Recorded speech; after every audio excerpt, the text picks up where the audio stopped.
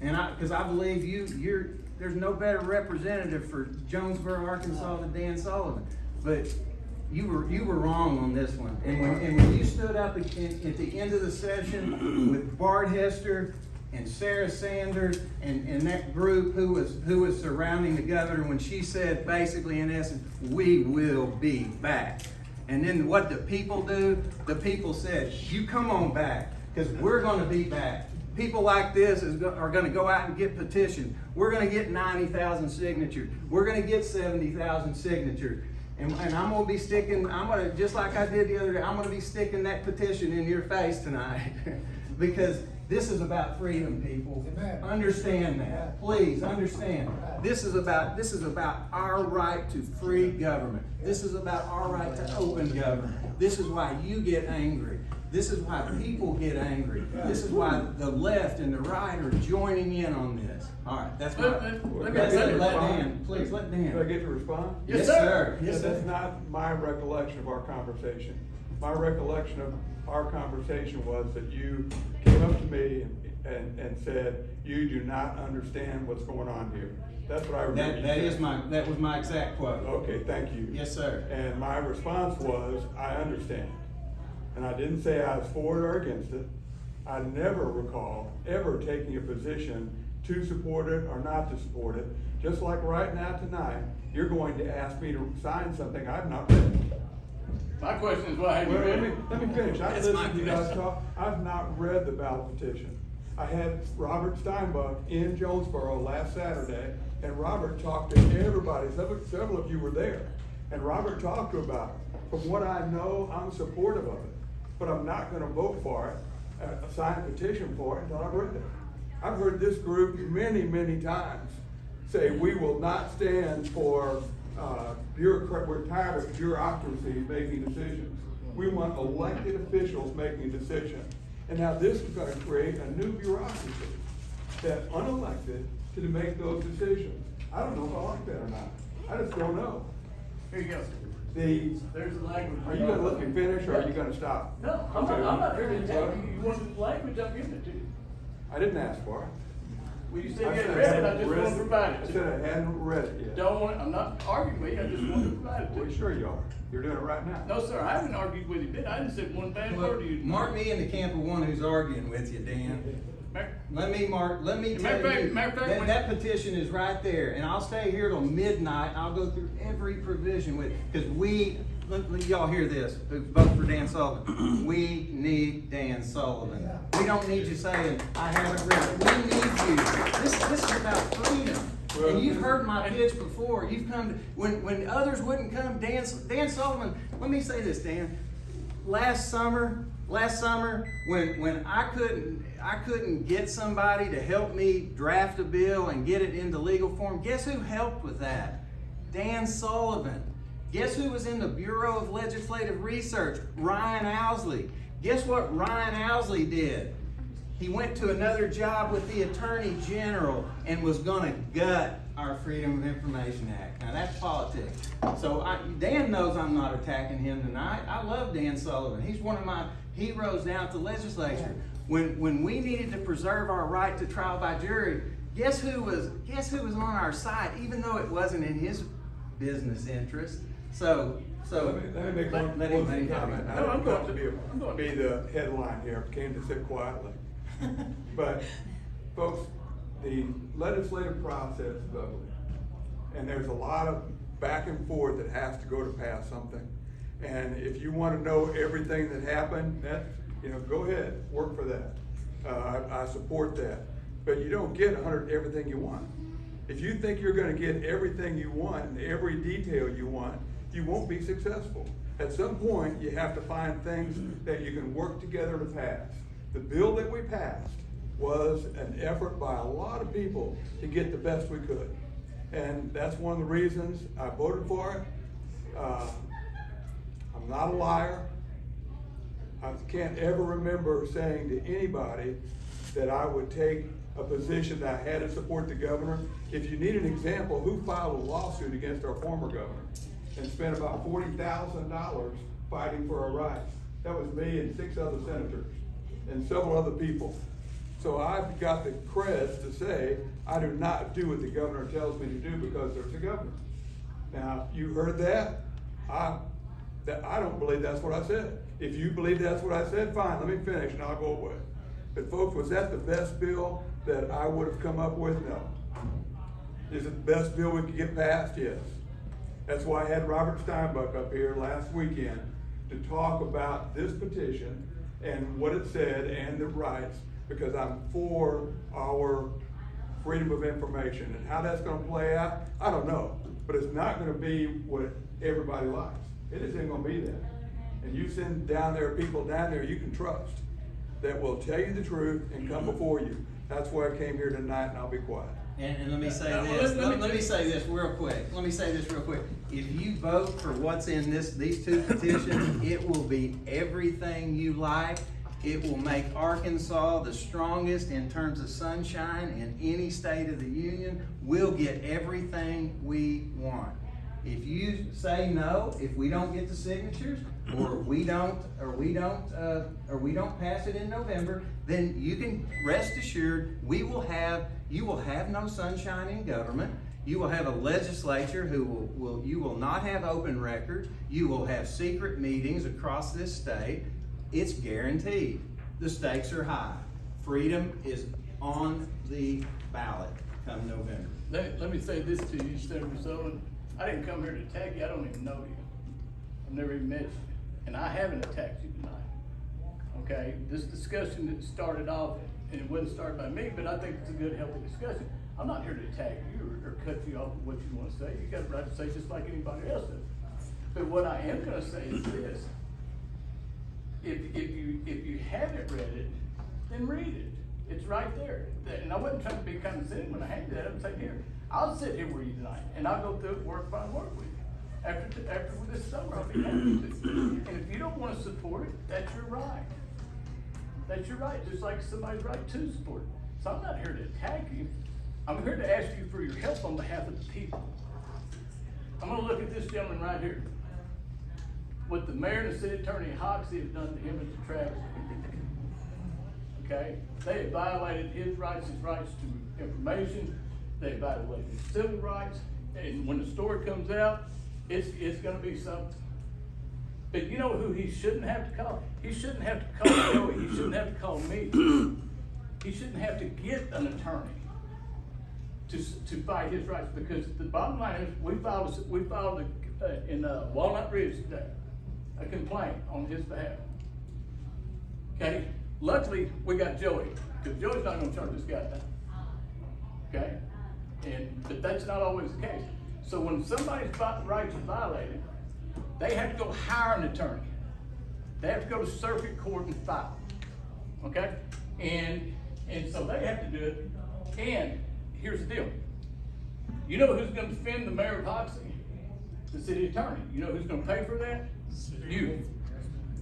He doesn't get that for it. He doesn't get that afforded to him. That's the reason the People's Commission, when they talk about growing government, oh, you're growing government. You're creating bureaucracy. No, I'm cutting through it for him, for the people. Because what this does, if we had a commission, he could go to that commission. He could put his case before him, and it wouldn't cost him a dime. It wouldn't cost him a dime. But you know who it would still cost? Because the mayor's still going to use the city attorneys and tax dollars to defend himself. That's what we're talking about, the people. I'm going to take you to open meetings. I'm going to take you to open meetings. I'll turn 62 in April. I'll tell you what I've heard since this high, and every one of you heard. I'll tell you what everybody's tired of. Backroom meetings, smoke-filled rooms, decisions being made that you don't get to see. How many of you are engaged in your community? How many of you have gone to school board meetings, school board meetings, city council meetings, and there's an agenda item and there's no discussion, but there's a vote? Yes. That's what you're sick of. You don't get to see how decisions made. You don't. It's all done in back rooms. Now, this is not anti-government. This is actually pro-government, because it gives government structure on what they can do and what they can't do. Not everybody in government's a bad actor. I go after them. I do it all the time. A lot of you in here know me. That's what I do. I call them out. But this is for guardrails. This is for the people. And can I say this? You say it's pro-government. Let me tell you how, the argument you're gonna hear when people are against this, they're either gonna say, if you're conservative, they're gonna say it's about bureaucracy. I'm against bureaucracy as much as anybody in this room, I can assure you of that. I don't want a bunch of bureaucrats. I grew up in a household where my dad had a bumper sticker that said, "Mug a bureaucrat and consultant every day." Every day. My dad and I went down to the border and fought for closed borders. So we understand what conservatives believe, but in the next thing you're gonna hear is that, well, you know, by local government, you're gonna hear, well, you know, Joe Blow he sends us these FOIA requests and 50,000 records we have to retrieve. He doesn't even pick them up. That's what they were coached to say in the government hearing, where it was the people versus government. That's their argument. So here's what we say, okay, we've taken care of it. Because the first time I heard about this commission was about 2 years ago in an Arkansas Press Association meeting when I was reading in the Riot Act about we need a definition of meeting and the legislature will not pass a definition of meeting. And I heard about this commission and I was skeptical, but I'm not now, because here's what for government, it says, we're going to create a schedule for government. If there's a huge record request and you don't have the budget, you don't have the staff, it's gonna allow government to come before this commission. It's gonna allow your city clerk to. We need extra time. Now, it won't be more than 30 days because Robert Steinbuck, who's one of my heroes on transparency, said, you know, they built into this. They're gonna allow government to come and say, hey, we need some more time. And guess what? Joe Blow won't give us more time. Now, 99% of the population, if you order a record, they're gonna give time. So this is gonna create a schedule. Okay, we think 2 weeks is reasonable to get you these records. So it helps government too. I mean, it is really for the people, and in that way helps government. It gives government guardrails, okay? Yes, sir, Cody, go ahead. First off, just as a comment, you know, I understand that compromises have to be made, but this is a fundamental right of the people, as y'all said earlier. And we cannot compromise on this. This is just as fundamental as the right to a jury trial, the right to life, the right to bear arms. We cannot compromise on this issue. But my question is this: why all of a sudden, last year, did this become such a big issue? Why are we having special sessions out of nowhere on FOIA? Why couldn't that have waited till a regular session? And of course, we know the marketing campaign, the governor's security, but that wasn't the only thing in there. No, it wasn't.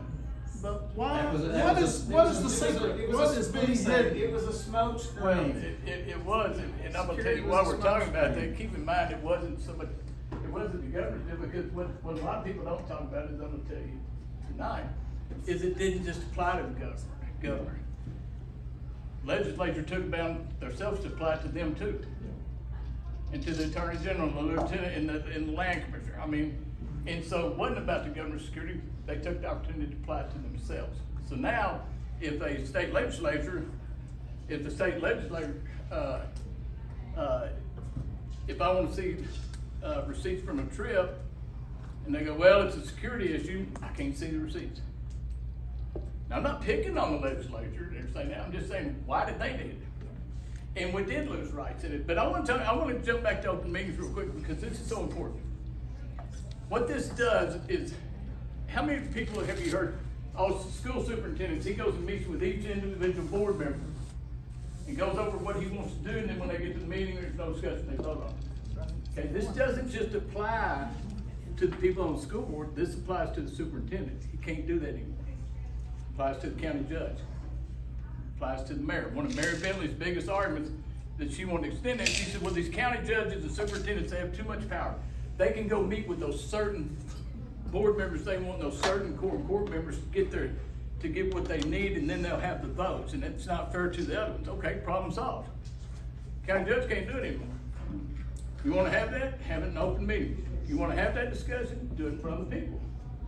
Do it in front of the people. You know the biggest pushback, there's two biggest pushbacks we got in every town hall, every Zoom meeting, everybody I talked to. The two biggest pushbacks were, number one, okay, why isn't this gonna apply to the legislature as well?